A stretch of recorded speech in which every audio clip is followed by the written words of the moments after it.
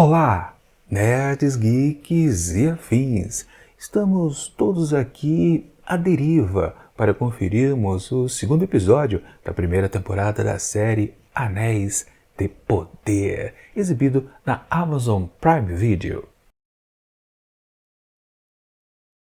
Pois bem, pessoal, continuamos então com a primeira degustação aqui dessa série de fantasia. Afinal de contas, os 2 episódios iniciais foram colocados à disposição de quem tivesse interessado logo no primeiro dia. Pois bem, então a gente pode considerar que este conjunto do primeiro episódio e mais esse e o segundo é a abertura mesmo, a primeira exposição do que a série tem a oferecer para nós. Ou seja, a gente já pode ter um certo apanhado do ritmo, dos personagens, das propostas iniciais do show. Sim, e sempre vale lembrar, a série só tem 8 episódios nessa primeira temporada, ou seja, a gente já está no primeiro quarto já apresentado, ou seja, o que a gente tem por aqui, a gente não pode considerar que não, ainda vai ter altos desenvolvimentos. Basicamente não é por aí. O que a gente tem é o que a série é. Ela não vai se transmutar em outra coisa, com certeza, mais para adiante. Não mesmo. Então, se você gostou desse primeiro começo, ok, você está de boa. Se você não gostou, aí você está numa situação realmente complicada. E naquelas, se você vem assistir essa série porque já gostava dos filmes lá do cinema de Peter Jackson, ou então, melhor ainda, era um leitor das obras originais do Tolkien, bom, aí você pode realmente ficar um pouco apreensivo que não vai melhorar mesmo. Bom, logo de cara nós somos apresentados por uma coisa que não apareceu no primeiro episódio, que é a abertura da série, que sim também gerou algumas rusgas por aí, porque basicamente ela não é muito interessante, ela se vale de algo curioso, que são as figuras de Cladini. Você não sabe o que é isso? Bom, é aquela experiência que a gente vê muito em aulas de física, onde se faz uma placa metálica ou uma placa plástica vibrar numa certa frequência. Tá, mas e daí? Bom, se coloca em cima da placa que está vibrando lá numa certa frequência um pouquinho de areia. E, basicamente, à medida que a vibração da placa acontece, uma figura geométrica se forma. Se você varia aquela frequência que você induz à placa, outra figura acontece. Basicamente, quanto mais você aumenta a frequência, mais a figura vai ficando até mais bonita, atraente. Então ele se vale então dessa característica física, dessa experiência das figuras de Cladini e fazem a abertura, ou seja, com a vibração de uma certa placa, se faz então a criação daquelas várias figuras que aparecem então aqui na abertura. Pois bem, isso significa o quê? Não sei. E vendo também canais onde o pessoal entende um pouco mais das questões de toda a franquia, de tudo que o Tolkien principalmente escreveu, ninguém conseguiu me dar uma luz dizendo, ah não, isso aqui tem referência com talvez a criação de todo esse mundo, que é exatamente o som. O som faz parte da criação literal de todo o universo ficcional criado por Tolkien a respeito aqui de que acabou desembocando, né, no Senhor dos Anéis, né, só para dar uma certa simplificada. Pois bem, eu estou dizendo isso, claro, porque principalmente não li ainda Silmarillion, então realmente eu estou muito por fora. Eu acredito que sim, eu acho que alguma coisa a ver com o princípio de tudo foi uma questão sonora, da vibração, e por aí vai. E se criou as coisas. Eu estou chutando, eu suponho isso, porque eu estou tentando achar uma explicação para a abertura ser assim, ser baseada nas placas de Cladini. Porque as figuras em si que ela forma ali podem até dizer alguma coisa, podem já estar fazendo uma certa referência a coisas que vão acontecer, né? A coisa mais fácil de identificar para mim, que sou um cara ainda inexperiente, são, por exemplo, as 2 árvores. Parou por aí. O resto eu não consigo identificar nada, pelo menos por enquanto. Enfim, mas fora as figuras de Cladini, ainda teve um outro momento onde, assim, naquela profusão ali de grãos de areia, se percebe que é uma outra, assim, quase como se fosse um rio, né? Um fluxo de areia um pouco mais escura. O que é exatamente aquilo? É o mal chegando? por exemplo, em meio ao bem, que seria a areia mais clara? Provavelmente é isso o que a abertura está querendo vender pra gente. Mas de qualquer forma, sei lá, não vende o peixe lá muito bem. E o que temos a mais da abertura é a música. Uma música não é lá muito inspirada, vamos combinar, né? Enfim, ok. Dito e feito, acontece então a sequência do que a gente viu no finalzinho então do primeiro episódio, que é aquele absurdo absoluto da atitude da personagem protagonista aqui dessa série, que é se atirar ao mar. Um mar extenso, um mar que divide dois continentes, Terra-média e Valinor. Quanto que ela vai ficar nadando, não sabemos, porque na verdade a gente nem sabe. Não, num certo ponto aqui desse episódio, ela até diz para outros náufragos que ela encontra pelo caminho que ela está se dirigindo à Terra-média, né? Ela está querendo nadar até lá, mas é uma distância gigantesca. Se eu achar um mapa, eu coloco aqui para vocês qual é a distância de um ponto onde ela saiu, começou a nadar, até onde ela pretende chegar. No meio do caminho até tem um certo local muito específico, também aqui da criação de Tolkien, que é Númenor, que vários personagens vão aparecer provavelmente já no próximo episódio. Mas ela não estava dizendo que ia para Númenor, ela ia para Terra-média, que é muito mais longe. Enfim, o absurdo, a construção dos roteiristas para dizer que a personagem, e não tem outra palavra para definir, é uma personagem fodona, é que ela ia nadar tudo. Quantos dias, talvez semanas, ela teria que nadar até chegar lá? Bom, ela não morreria de fome, por exemplo, ou de sede, porque vocês percebem, né? Logo que ela é amparada ali pelos náufragos, que estão numa pequena jangada rudimentar, né? Após terem sofrido um desastre, né? Seriam atacados por aquele monstrinho, né? A tal Serp, né? Ela tá morrendo de sede, ela tá querendo quase beber toda a água ali, da pouca provisão que tem aquelas 6 pessoas ali, náufragas também, né? Ou seja, a gente pode considerar que ela já passou um bom tempo ali nadando? Sim, nadar gasta bastante energia, mas ela podia ser uma super heroína de um filme da Marvel, talvez. Ela nunca conseguiria nadar a distância que separa justamente o ponto que ela saiu até a Terra-média. Não, simplesmente não dá. Um absurdo colocado pelo roteiro. E toda essa sequência ali de Galadriel, né? Eu falei o nome dela até agora? Acho que eu não falei, né? Galadriel, né? Sim, a protagonista. Tudo que envolve ela aqui na sequência ali, então, da questão dos náufragos, tem os outros absurdos. Mas antes de continuar com Galadriel, deixa eu falar então lá do outro mistério que também foi colocado no finalzinho do primeiro episódio, que foi a aparição, né, ou o final, né, daquela sequência misteriosa, daquele cometa que estava para cair, todo mundo, né, vendo ele cruzar os céus, caiu pertinho lá então dos pés peludos, mais especificamente da Nori e da Pop, que também está ali por perto junto com a amiga, né? E se revelou, na verdade, né, era um homem. Como assim? E quem é o sujeito? Bom, ele não fala.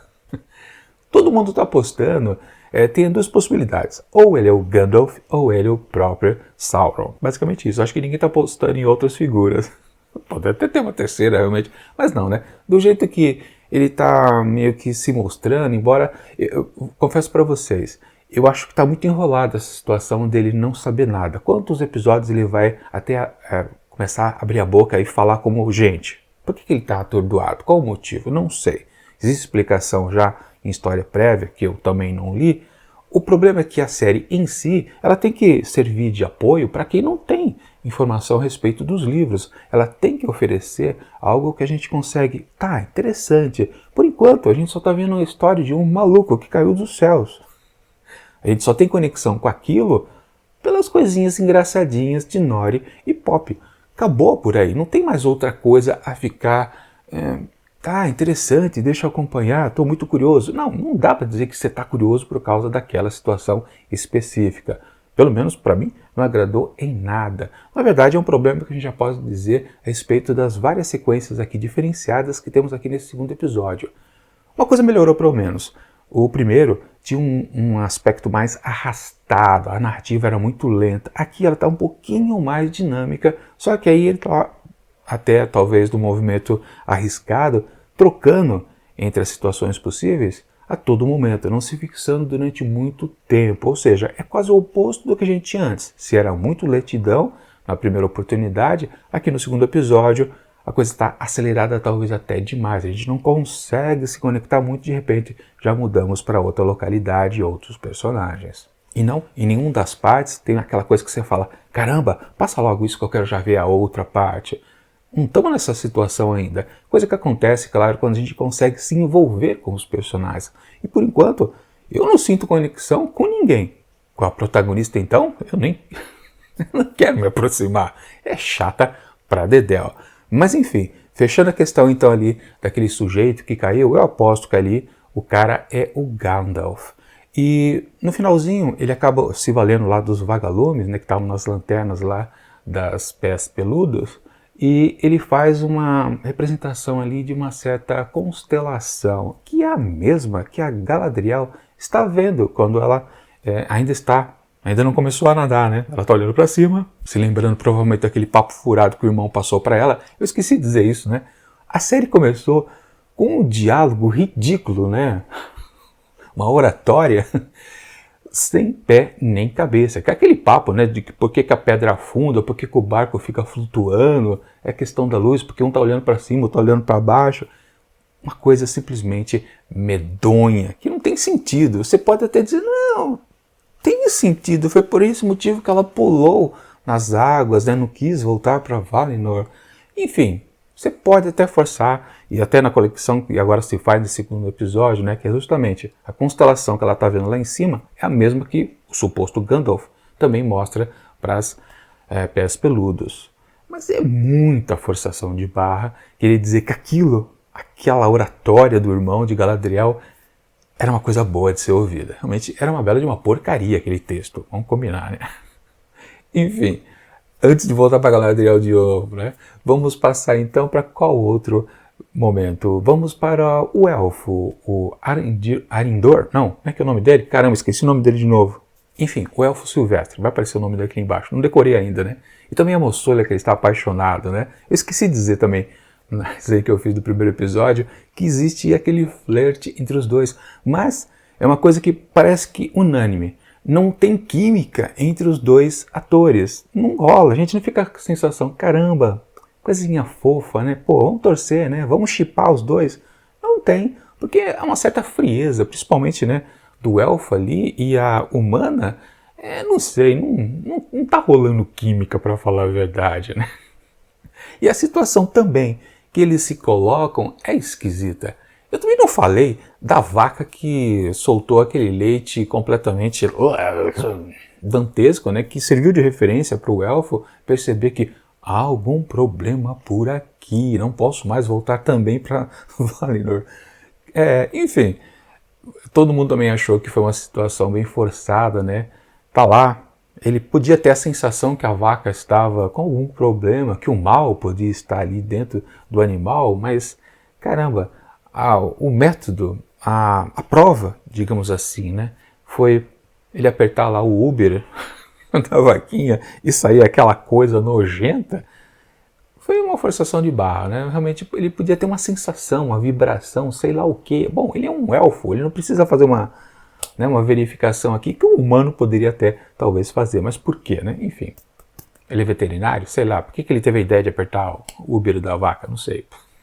Enfim, mas por causa disso, ele pergunta então para o dono da vaca de onde você vem, né? Ele fala de tal lugar, e ele vai então para aquela localidade, uma outra vila, que por sinal é de onde vem justamente a moçoila pela qual ele está apaixonadamente perdido, né? Com as duas orelhas arriadas.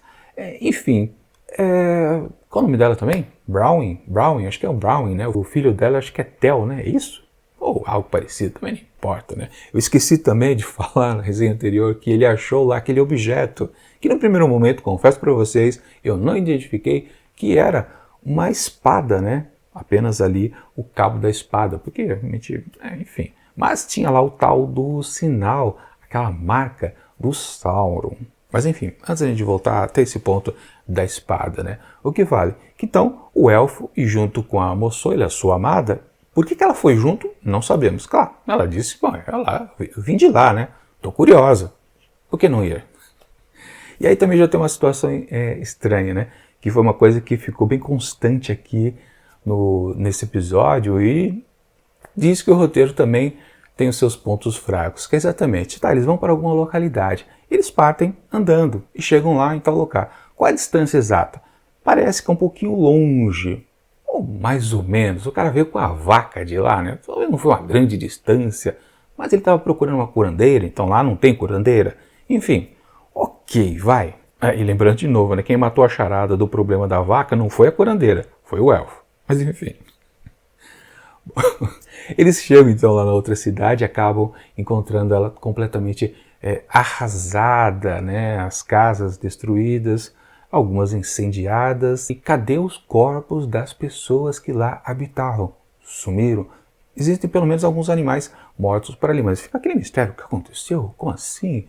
E entram então também numa casa conhecida lá da Browning, sei lá o que é o nome dela, enfim, e acham um buraco lá na terra, um buraco enorme que conduz a um túnel, e ele, o elfo, resolve entrar no buraco. Para quê? Não sabemos. Tudo bem, ele é um soldado, né? É um cara que não pode fraquejar, mas vamos lembrar também, ele estava sozinho, né? Ele não tinha nenhum outro agrupamento ali de elfos, porque todos já estão partindo para Valinor também, né? Todos devem retornar, né? Pois bem, ele se mete no buraco, mas para quê? Pura curiosidade? Forçação de barra para dar um momento de tensão para nós? Com certeza. No fim, já indo direto para o que acontece com ele, né? Ele cai lá no buraco, depois ele encontra um indício que pode ter alguém seguindo ele, orcs, né? Que a gente já, claro, já denota que é orcs, né? Para quem conhece os filmes no cinema ou os livros, sabe que são orcs que estão atacando então ele ali. Ele foge, passa por um riacho, um laguinho, sei lá o que, ele sai da água, se prepara para receber o orquinho que vai sair das águas, mas ele é atacado por várias outras mãos e desaparece, né? Some do episódio. Mas enfim, o que acontece com ele? Bom, ele é um dos atores principais, ele não vai morrer ali naquela situação, né? Apenas o roteiro, de uma maneira assim, só para dar um sustinho na gente, ficamos com tensão, meu Deus, o que vai acontecer com esse personagem tão interessante? Não é interessante, mas enfim, o falso gancho, né? Ninguém está interessado nesse personagem, vamos combinar, né? Muito menos na sua amada e seu filho também, né? Porque ele diz para ela, né? Volte para a vila de onde saímos e avise os seus que eles correm perigo, todos devem sair dali. Por quê? Não sei. Porque os orcs, aliás, ele nem sabia que era orcs no começo, né? Ele só descobriu que tinha orcs lá quando ele estava no buraco. Antes ele estava ali em cima. E já falou que a outra vila vai correr perigo. De onde ele tirou isso? Não sabemos. Enfim, mas a moçoila não, né? Mãe, né? Corre então para outra vila para alertar todo mundo e ninguém acredita nas palavras daquela mulher. Uma curandeira que está se engraçando com um elfo. Como assim? Preconceito estabelecido, né? Como pode? Sai daqui, mulher. Lá aquele cidadão, né, que taverna, não sei o que, ele está sempre cortando, só para exemplificar, claro, né, um estereótipo, né, do macho rude, grosseiro, que não dá atenção para as mulheres. Enfim, basicamente isso. Eles não acreditam, né? Tem os outros, quer dizer, as outras pessoas que estavam ali nem deram atenção também para ela, né? Mas a figura que passou a mensagem foi aquele estereótipo de homem, né? Enquanto isso, né, o filho dela está lá conversando com um amigo e ele mostra lá que ele achou alguns objetos, me parece, quer dizer, parece não, né? Ele afirma, ele achou sem querer, porque uma tábua ali rangeu, ele foi fuçar e descobriu algumas coisas lá embaixo. Me parece que aquilo ali eram objetos que o pai guardou, o pai que está sumido, né? Não é um pai morto, né? É um pai sumido, né? Ele tem um problema com o pai ali, então, enfim, não importa. É de lá que sai, claro, a tal da espada, né? Que, aliás, até eu estou curioso agora. Isso aconteceu no primeiro episódio ou foi no segundo? Nem lembro. Tu faz também, né? É um conjunto. Primeiro e segundo episódio, a introdução de tudo. Mas o que vale é que depois, aí sim tem o perigo que o que estava acontecendo lá na outra vila chega então ali a casa da curandeira que, primeiro, né, ela vai procurar o filho e cadê o filho? Sumiu. Tá escondido no buraco. Aí depois o orc aparece e tem aquela grande cena de ação dos dois enfrentando aquela criatura. Em termos de ação em si, eu achei que a cena ela é funcional, não é um exagero. Duas pessoas, dois humanos, contra aquele específico orc. Não é um orc grandão daqueles que a gente viu, por exemplo, lá no filme O Senhor dos Anéis, que eram uns parrudos, que aí realmente um humanozinho normal, né, um adolescente ou uma mulher não iam ser páreo. Mas aquele ali, digamos que é um orc, né, de segunda linha, terceira, quarta linha, talvez, né? Dava para vencer realmente, né?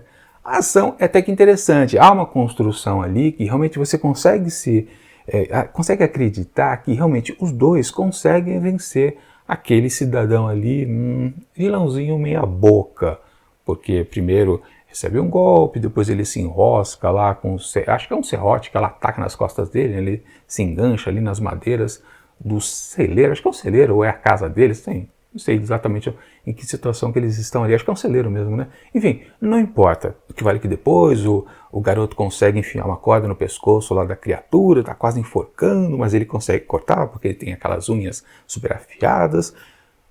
O encerramento que é o problema dessa cena, né? Ela consegue, a mãe, pegar lá um machado e cortar a cabeça do tal orc. E você pode dizer, até aí tudo bem, só que o que vem depois é o que escracha a situação toda composta de uma maneira mais ou menos que dá para acreditar que é possível. Ela vai com a cabeça da criatura até lá a taverna e coloca em cima do balcão e fala, tá aqui a prova que você queria, que eu estava falando a verdade, acreditem nas mulheres. Pois é, seus machos escrotos. Aquilo simplesmente, ou seja, aí a gente descobre o que foi a criação daquela cena de ação entre mãe e filho tentando enfrentar uma criatura dantesca, apenas puro e simples empoderamento feminino, uma avacalhação dos homens que estavam lá na taverna, exemplificado por aquele estereótipo, né, de açougueiro rude, grosso, que não liga para que a mulher diz. Basicamente isso, né? Claro, basta ver como ela sai lá toda... venci. Simplesmente isso. As construções que se vão colocando aqui nesse episódio, né? Mas tem coisa pior, né? Claro, vamos voltar lá um pouquinho para Galadriel, né? Antes de irmos para anões e elfos. Galadriel, né? Então tá lá nadando de boa, né? Lembrando que ela pulou nas águas ainda à noite, tanto que ela viu a constelação lá em cima, né? Mas aí já passou, virou dia e sabe-se lá quanto que ela nadou. Um problema também, não há referencial aqui, nem no primeiro episódio, nem nesse. E pelo que acontece aqui nessas várias sequências diferenciadas de núcleos de personagens, a gente percebe que tudo não está acontecendo ao mesmo instante.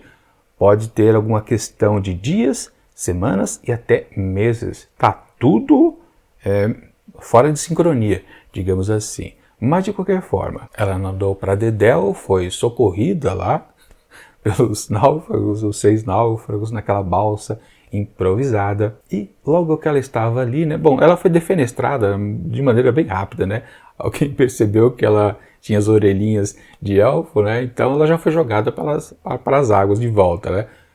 Foi uma mulher que fez isso, ainda bem, né? Se fosse homem também já seria machismo, né? A série já tentaria vender isso, né? O cara lá, qual o nome dele também? O Halbrand, não sei o nome dele, também vai aparecer aqui embaixo, né? Que é um personagem também principal aqui na série, né? Estão dizendo que ele pode ser o Sauron, né? E por isso que o maluco que caiu lá com os pés peludos não é o Sauron, porque lá é o Gandalf, esse que é o Sauron. Enfim, é o que o pessoal diz aí de aposta, né? Mas de qualquer forma, né? Ele é um personagem principal também. Ele vai dar mão para ela subir na jangada, mas depois diz que não, porque o pessoal reclamou, enfim, ela acaba subindo. Depois ela é devolvida para as águas. Isso quando já se aproxima então o perigo lá então da Serp, né, aquele monstro marinho que acaba detonando ali a jangada. Mas um ponto que eu quero destacar aqui nesse vai e vem dela subindo e descendo da jangada, ou da outra jangadinha que depois o tal Halbrand faz, é que onde está a adaga do irmão esse tempo todo?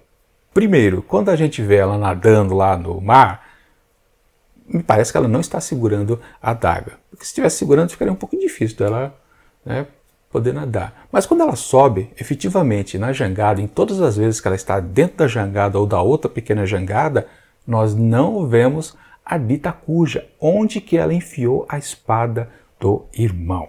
Ela está com um vestido longo que vai até os pés, cobre os pés dela, né? Ela está completamente encharcada de água, ou seja, o tecido está grudado no corpo dela, mostrando todas as suas formas femininas. Como é que ninguém viu aquela arma ali? A arma só aparece magicamente lá depois, quando ela está afundando, enrolada ali em pedaços da jangada, e lá o Pãozão, né, vai salvá-la da morte certa, porque ela está desacordada. Ele está lá tentando, né, desatar o nó e de repente ele percebe, oh, uma espada, uma adaga, um punhal, seja lá o que for aquilo ali, mas ele tira. E aí a gente percebe que a arma está ali porque ela se amarrou a um pedaço de madeira da jangada, né? Está ali colocada, ela colocou, só ali que a arma apareceu, toda aquela cena ali de naufrágio. E aí ele se vale daquilo ali para soltar exatamente ela de maneira um pouco mais rápida, né? Outra coisa também, estapafúrdia, ela quando desce, ela está desacordada, inclusive no momento que ele está cortando ali a corda. Corta já para eles, os dois, já na superfície, e ela desperta. Por que ela despertou se ela estava acordada? Foi o contato com o ar? Ou, como diziam alguns, não, é que estava chovendo, né? Porque aí já era uma questão de tempestade, né? Não era mais o perigo do monstro, né? Foi a água da chuva que a acordou, sendo que ela veio do mar, estava submersa. Enfim, não tem cabimento também, né? Mais absurdos. Já era o absurdo de cruzar um mar extenso, quilométrico. Depois, o sumiço da adaga. Onde que ela enfiou essa adaga? Por favor, não respondam. E terceiro, como é que ela acordou depois de estar ali inconsciente? Não tem cabimento nada. É puro absurdo a construção aqui dessa cena. Mais considerações também a respeito de Galadriel, eu falo daqui a pouquinho. Vamos falar um pouco lá dos elfos, que eu esqueci também de dizer na outra resenha inicial a respeito do Celebrimbor. Celebrimbor, é isso que fala o nome dele? Acho que é, né? Aquele ferreiro élfico. Pois é, né? Que tá todo mundo malhando a figura desse cidadão, porque simplesmente, né? De todos os elfos que já apareceram até agora, ele que tem a aparência mais idosa. Só que os elfos, eles são imortais. Não era para ele estar velhinho, porque se ele fosse velhinho daquele jeito, caramba, ele tinha que ser mais milênios e milênios muito mais velhos do que todos os outros elfos. Só que, nos livros, ele é mais novo do que a Galadriel, que tem uma aparência jovem, né? Mais jovem do que a Galadriel lá dos filmes, que acontece na Terceira Era, né? Séculos, milhares de anos depois. Enfim, é um absurdo total. Mas ele é colocado ali como um elfo sábio, que vai se valer dos esforços, então, do amigo de Galadriel, que eu também esqueci o nome, né? Vai amigo de Galadriel mesmo, né? Enfim, né? Que é o chegado lá dos anões, né? Quando se coloca, então, por Celebrimbor, que a proposta, bom, a gente já sabe, ele quer forjar os tais anéis de poder, mas antes ele tem que fazer uma grande forja, e ela dentro de uma baita torre super alta, não sei o que, enfim, precisam dos anões, que são grandes construtores. Então, amigo de Galadriel fala, tenho a solução para Vossa Senhoria, eu tenho um chegado que ele vai resolver a parada. Durin, né? Durin IV. Pois é, então ele vai então às terras dos anões, né? As cavernas. E aí, de novo, outra coisa que está mal explicada, mal elaborada no roteiro. Também, uma longa passagem de tempo, porque quem lê os livros sabe que é uma distância enorme lá da cidade dos elfos até o lar dos anões. E se você reparar bem, como é que eles chegaram lá? De maneira mágica, né? Ele tem ideia lá com o Celebrimbor, né? Avisa, não, vamos lá para as terras do meu chegado. E num passe de mágica, eles já estão lá andando lá na entrada da caverna ali dos anões. E cadê os cavalos? Cadê as pessoas que foram com eles, né? Não foi ninguém, só foram os dois. Mas ali é uma região totalmente cheia de montanhas. Como eles chegaram ali? E as vestimentas dos dois são idênticas à cena que eles acabaram de serem mostrados lá naquela sala, biblioteca lá do Celebrimbor. Enfim, Caramba, o roteiro ele não se esforça em passar pra gente qual foi o tempo que eles levaram de sair de um ponto ao outro, como que eles chegaram lá, foi passe de mágica, o que foi? É tudo muito mal feito, do mesmo jeito que a gente não sabe quanto tempo a Galadriel ficou nadando no mar, a gente não sabe quanto tempo eles levaram para sair de um lugar até outro. Sabe o que isso lembra? Novelas da Glória Pérez, que sempre fazia, né? As pessoas que estão no Brasil irem para a América ou irem para as Índias, assim, num passe de mágica, né? Não contando que precisava pegar um avião, passar algumas horas a bordo para depois chegar lá, né? Simplesmente a mesmíssima coisa, os roteiristas aqui não se importam com nada. E vamos combinar, né? Um dos pontos altos da Sociedade do Anel, primeiro filme da trilogia de Peter Jackson, é justamente a jornada, a caminhada, o desafio de sair de um ponto e ir até o outro. Tudo que está aqui no miolo é o que importa, e aqui foi obliterado, esquecido. Isso não importa para os roteiristas aqui desta série. Pode apostar, se eles já fizeram isso 3 vezes, Galadriel nadando, Elfo e sua amada caminhando até uma outra localidade, distante também, mas não muito, talvez mais perto, com certeza, e depois os 2 elfos indo ao lar dos anões. Eles simplesmente não estão nem aí com a passagem de tempo, o deslocamento que precisa para se chegar lá e qual um pouquinho de aventura que possa ocorrer no meio do caminho. Simplesmente não importa. Ainda com a questão dos anões ali, é claro que o amigo da Galadriel não foi muito bem recebido, né? Porque parece que o seu amigo não estava de bem com ele, né? Realmente não estava, depois a gente descobre, né? Enfim, ele se vale de um desafio lá, que, claro, ele já conhecia, porque conhecia o amigo de longa data, há 20 anos, e tem aquela situação lá de quebrar pedra. Tem muita gente também que está malhando essa situação, mas na verdade eu curto isso, porque isso é um pouco de cultura de espécies diferentes. Eu gosto desse tipo de construção que você tem que se valer de você participar de um comportamento de uma outra sociedade. É bacana, culturalmente falando, é uma coisa que enriquece o diálogo entre espécies. Só que ali também foi uma construção que não levou a nada praticamente. E depois quando se traduz, que o anão diz, Durin diz, né? Para o amigo, né? Que até agora a gente não sabe que é um grande amigo, né? Ele fala que é amigo lá na porta, mas a gente não tem a noção exata, né? Se você perder aqui a aposta, você será exilado, nunca mais vai poder voltar para cá, né? Ele não faz uma contraproposta, para falar a verdade. Mas no final das contas, eles se acertam e fica aquela picuinha, assim, quase de amiguinho de tempo de escola. É uma coisa muito barata, porque ele ficou 20 anos ausente ali daquelas terras, ou daquelas minas mais especificamente, né? Não visitou o amigo mais, né? Não viu que ele casou, não viu que ele tem filhos. Uma coisita meio assim, uma coisa meio sem sal.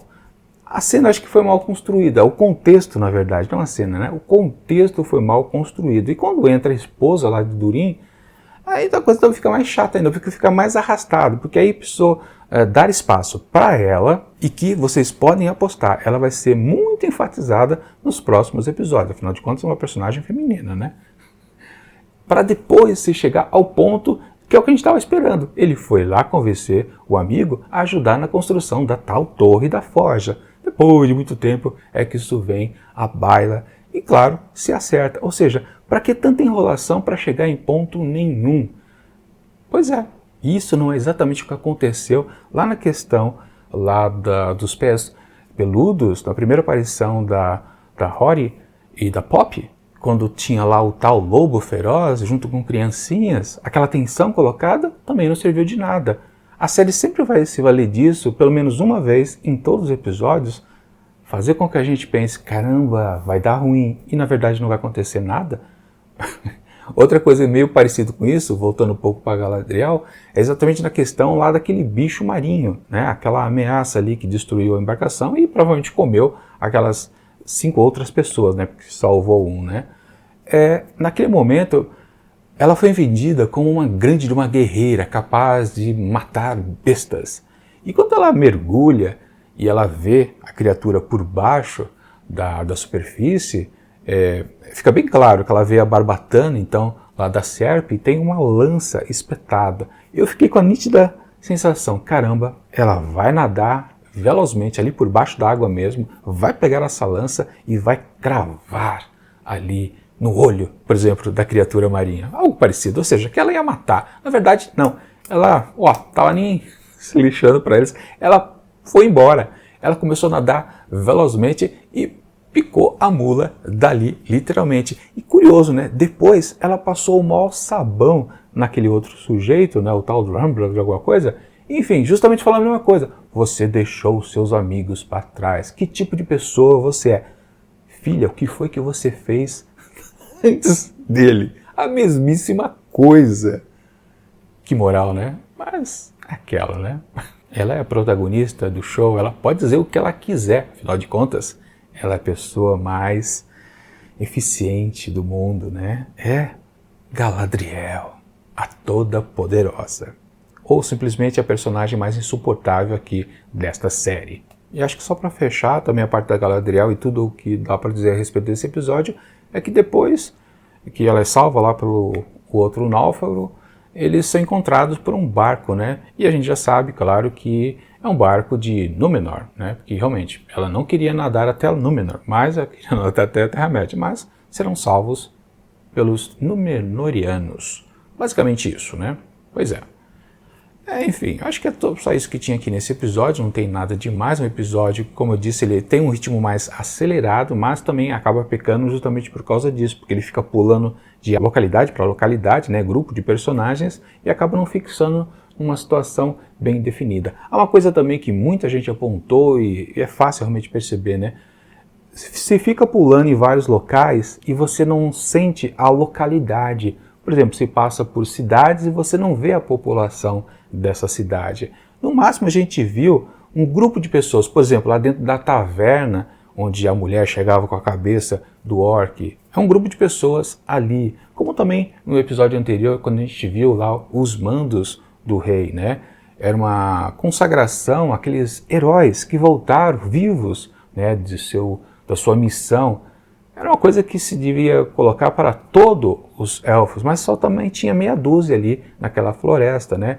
Ou seja, o que eu quero dizer, há uma amostragem do que são as cidades, as vilas, mas não há uma quantificação na tela da população que vivem nessas localidades. Isso incomoda muito a nossa percepção de a gente conhecer o local, porque os locais nas séries de fantasia, nas obras de fantasia, também são importantes. A gente precisa se identificar onde vivem esses personagens, porque os próprios personagens, eles são aquilo de onde vêm. Se a gente não tem contato dessas localidades, a gente também não consegue ter a conexão com os personagens.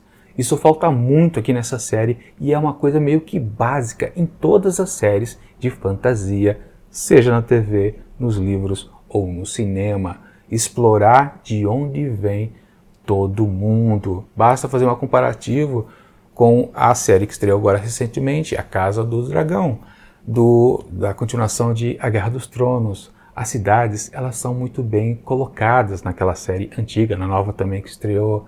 Aquilo sim é um exemplo de como contar para nós, espectador, de onde vêm os personagens, onde eles habitam, o que eles são influenciados por aquela comunidade. A gente, né, sente exatamente a poeira das localidades. Nós estamos conectados com aquilo. Mas aqui, em Anéis do Poder, isso passa batido. Se eles já não mostram, né, o caminho de um ponto ao outro, eles cometem também o sacrilégio de não mostrar esses dois pontos onde tem o tal caminho não mostrado também. Ou seja, eles fazem uma lambança a torto de a direito. Traduzindo, vai escrever mal assim em outro lugar. Basicamente isso. Agora a grande questão, para fechar aqui então esse vídeo, eu gostei desse episódio um pouquinho mais do que o outro. Caramba, ele tem problemas diferenciados, mas a construção de um mau roteiro ainda fica evidente. Eu disse, quando eu atribuí uma nota 2 asteriscos para o primeiro episódio, que pelo menos ele conseguia talvez captar as pessoas que não têm vínculo com os filmes de Peter Jackson ou com a obra original do Tolkien. Este episódio aqui, ele começa a afetar justamente esse pessoal, ou seja, o público comum que está vindo aqui pelo oba-oba. Eles podem começar a perceber que a série é mal ajambrada. Esse episódio já começa a dizer isso, já começa a passar esses problemas evidentes, pelo menos para um pessoal mais atento. Mas o público comum vai começar a perceber isso se mantiver essa toada a partir do terceiro, quarto. E antes de chegar à metade, todo mundo já vai saber que essa série ela é mal feita. E aí eu fico na dúvida de qual nota atribuir a esse episódio. Ele é menos tedioso do que o primeiro, mas por ele ser acelerado, ele começa a cometer alguns deslizes. E os furos de roteiro, eu acho que estão mais intensos do que estavam lá na primeira oportunidade. Então talvez, vamos tirar um meio pontinho. Portanto, para esse segundo episódio da primeira temporada de Os Anéis de Poder, eu atribuo 1,5 asteriscos. Por enquanto, a série está muito ruim de ser consumida. Isso não é um produto de entretenimento. Engana bem, mas não é. As ideologias estão muito fortes, as questões politizadas estão presentes aqui no texto de maneira bem evidente. Construção de personagens fraquíssimas. Apego que a gente pode ter pela atuação desses atores, atrizes, também não está ajudando, não tem ninguém simpático. Talvez apenas a Dory, a Rory e a Poppy são as personagens que são fofinhas, talvez, né? Mas se elas começarem também a dizer ó que vieram, porque depois elas vão dizer, né? Não é só uma questão de procurar uma aventura. Não, vai ser só isso, com certeza. Talvez ela também não deixe de cair no gosto, talvez, mais popular. Mesmo de pessoas mais críticas, como o chato aqui que fala com vocês. Enfim, 1,5 asteriscos está de bom tamanho aqui para esse fecho da primeira degustação aqui da série. Enfim, qual a opinião de vocês? Coloquem aqui nos comentários do vídeo. E até semana que vem. É isso.